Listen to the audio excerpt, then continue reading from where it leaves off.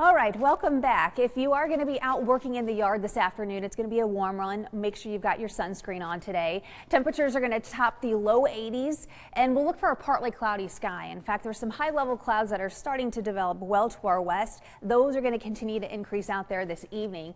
And you can see on visible and radar, it's still pretty clear out there. It looks like there might be some cumulus also starting to develop north of Chattanooga.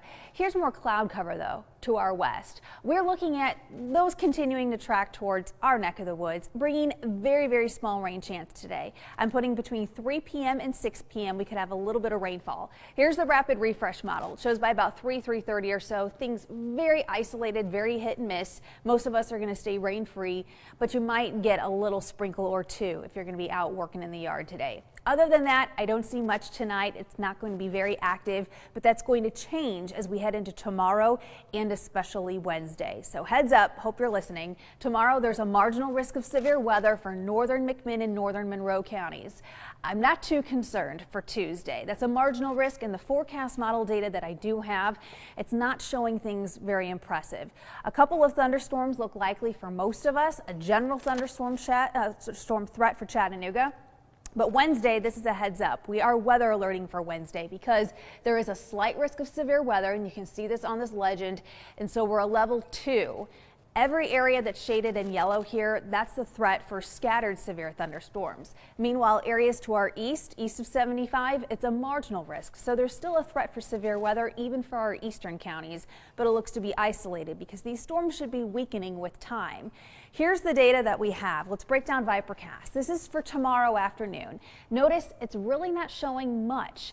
By late in the day, could have a few thunderstorms arrive early Wednesday morning, rather, from the Scottsboro area towards Fort Payne and across northern Georgia there. That doesn't look to be terribly impressive. Between 7 and 8 o'clock in the morning, too, the VIPIRCAST is thinking, hey, could have a storm over Marion, Dade, even Hamilton County, but I don't see any pink colors there.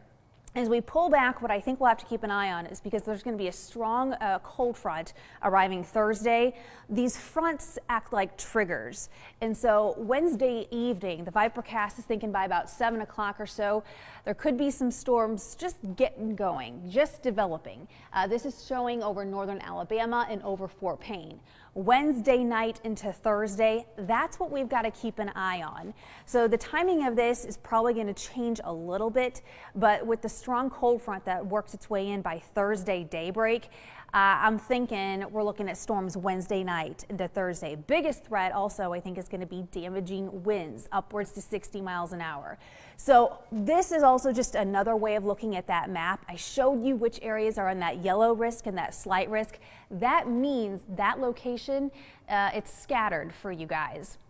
So scattered damage, wind is going to be, I think, the biggest impact, potentially some marginally large hail. Now, today's Monday, and we're talking about Wednesday here. So as Wednesday gets closer, tomorrow we'll have more data. In fact, just this afternoon, we'll have more data for Wednesday. So just stay connected. Just heads up for Wednesday. This is just letting you know we're going to keep an eye on Wednesday and Wednesday night.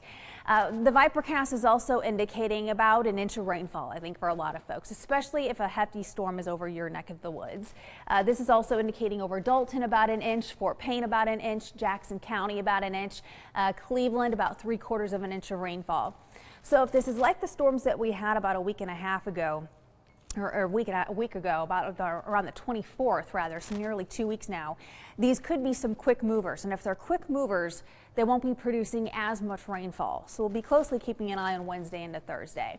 That is why we are weather alerting. So Wednesday, we've got that highlighted. But take a look at these temperatures.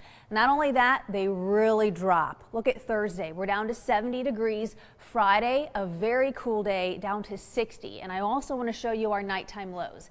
Take a look at this. After a couple of nice warm evenings, we're down to the 30s come Friday night, which means Friday night, some folks, I think, are going to be seeing a frost. Coming up in the next half hour, we'll talk more about those colder temperatures, and there's something fun you can see in the night sky late Tuesday night. I'll show you what that is after the break.